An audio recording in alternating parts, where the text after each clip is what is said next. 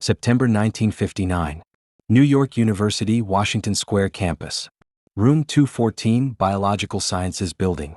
Professor Edmund Hargrove was writing the chemical formula for adenosine triphosphate on the blackboard when the door in the back of the lecture hall opened and closed. He didn't turn around. Students were always late on Monday mornings.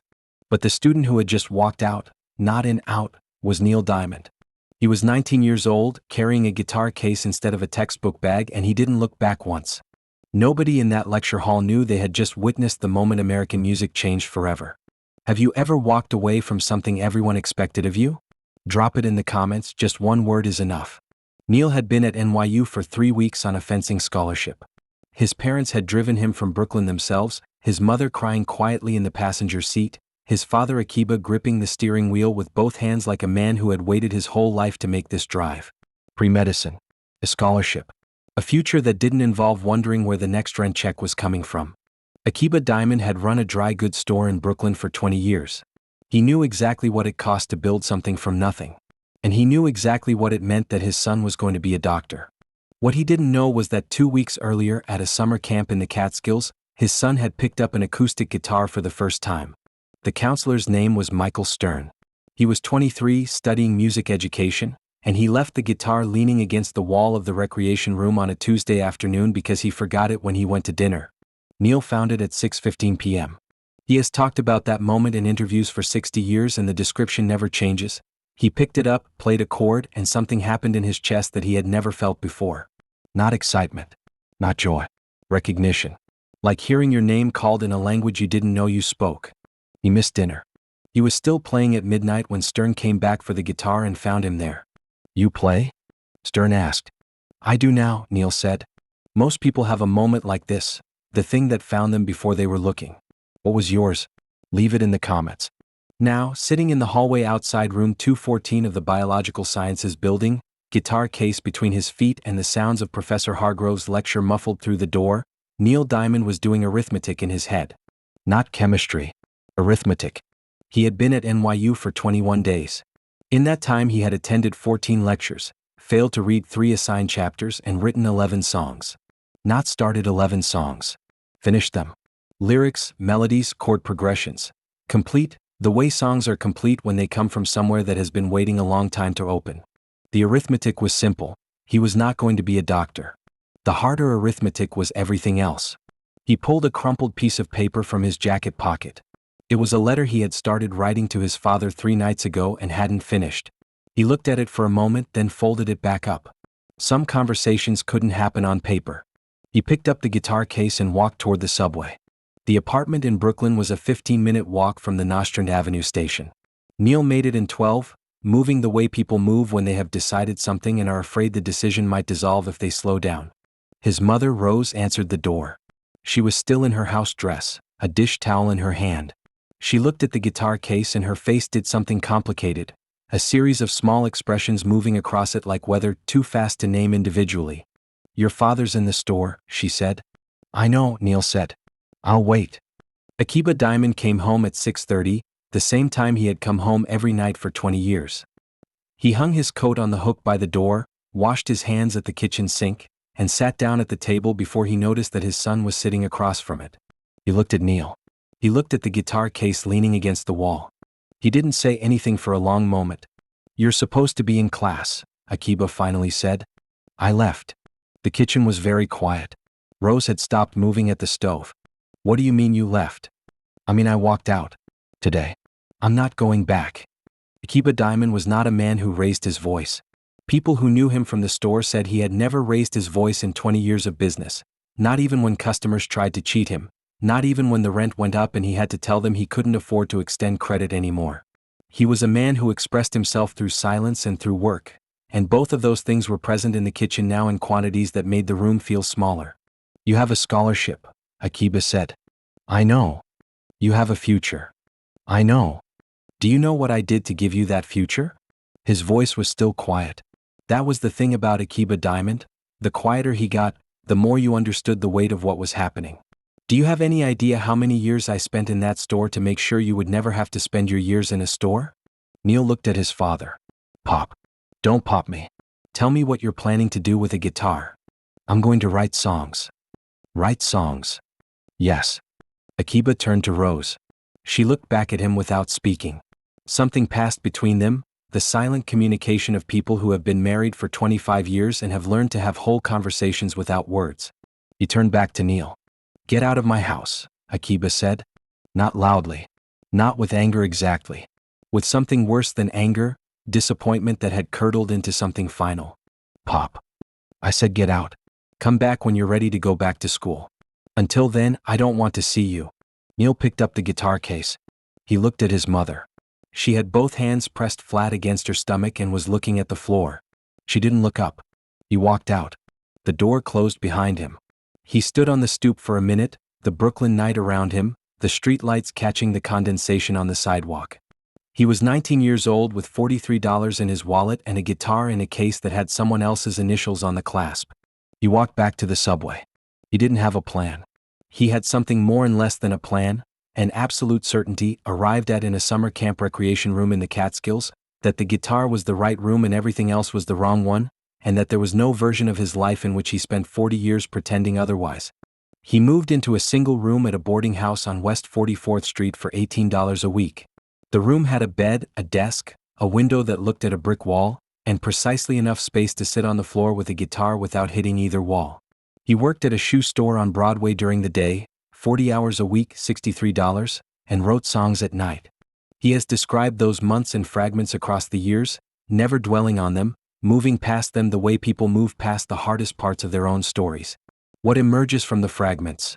He ate badly, slept little, and wrote constantly.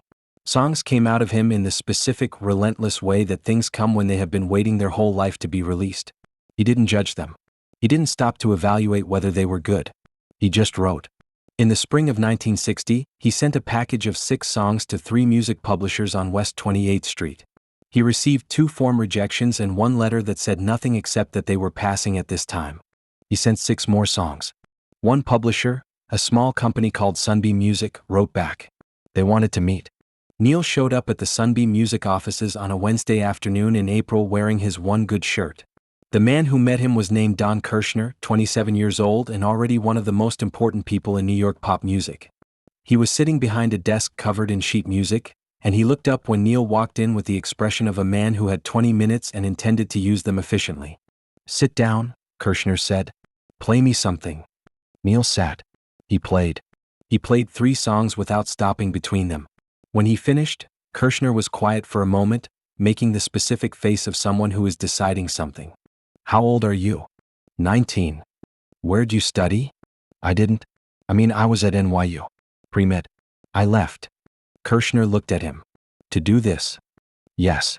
Another pause. Your melody instinct is good, Kirshner said. Really good.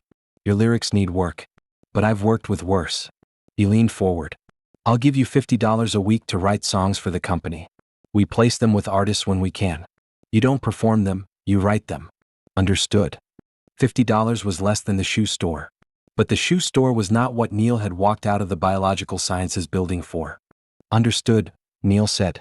He was a professional songwriter at 19 years old. His name did not appear on the records.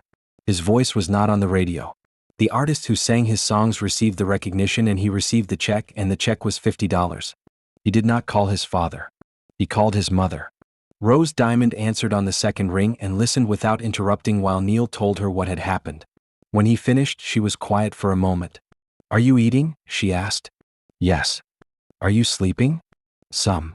Another pause. Then, don't tell your father about the $50. Tell him when it's 100. He laughed for the first time in weeks. The years at Sunbeam and then at other publishing houses on what everyone called Tin Pan Alley were not glamorous years.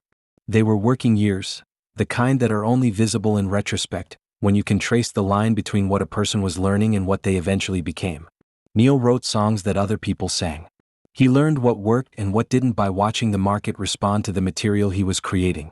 He learned the architecture of a hit, the way a melody needed to rise in certain places, the way a lyric needed to land on the syllable that the mouth wanted to open on, the specific relationship between a chorus and a verse that made someone want to hear the whole song again.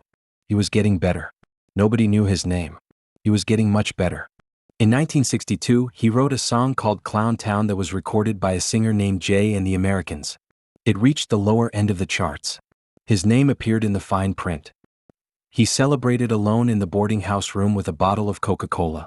He called his mother. $100 yet? She asked. Getting closer, he said. In 1963 he married Jay Posner. She was 21. He was 22. They had met at a party on the Upper West Side, introduced by a mutual friend, and she had asked him what he did, and he had said he wrote songs, and she had said which ones, and he had told her, and she had said she'd never heard of any of them. That's okay, she said. What are they like? He told her. She listened the way people listen when they are genuinely interested, and at the end she said, you should perform them yourself. They sound like you. Nobody had said that to him before.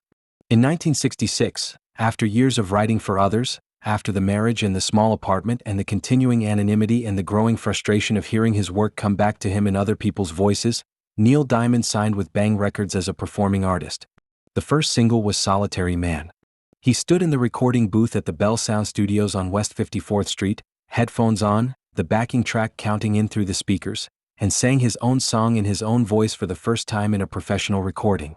The engineer in the control room was named Pete D'Angelis. He had worked on hundreds of sessions. He sat at the board with his usual professional neutrality, making adjustments, watching the levels. When the take ended, he reached for the intercom. He didn't say anything for a moment. Then, man, do that again. Solitary Man reached number 55 on the Billboard Hot 100. Cherry Cherry followed it and reached number 6. And in 1969, in a hotel room in Boston on a spring night, in 15 minutes that he has described in exactly the same words every time anyone has ever asked him about it, Neil Diamond wrote Sweet Caroline. It reached number 4 on the Billboard Hot 100. It found Fenway Park. It found Boston. It found 50 years of stadiums and weddings and car rides and kitchens and every place that people go when they need to feel something together. Akeeba Diamond was in the dry goods store in Brooklyn when he heard Sweet Caroline on the radio for the first time. The woman who was shopping asked him to turn it up. He did. He stood behind the counter and listened to the whole song without moving. When it finished, he reached for the phone. Neil answered on the second ring. I heard it, Akeeba said. Pop. Pause. Long enough that Neil thought the call had dropped. Then Akeeba Diamond said 4 words that he had never said to his son before and would never need to say again. I was wrong, Neil. Neither of them spoke for a moment. I'll come Sunday, Neil said. I'll tell your mother, Akeeba said. Neil Diamond had left medical school in September 1959 with $43, a guitar case, and a certainty that most people would have called insanity.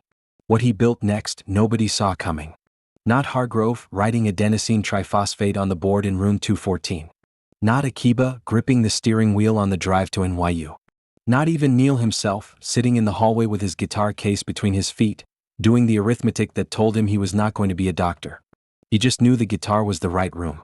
The rest took care of itself.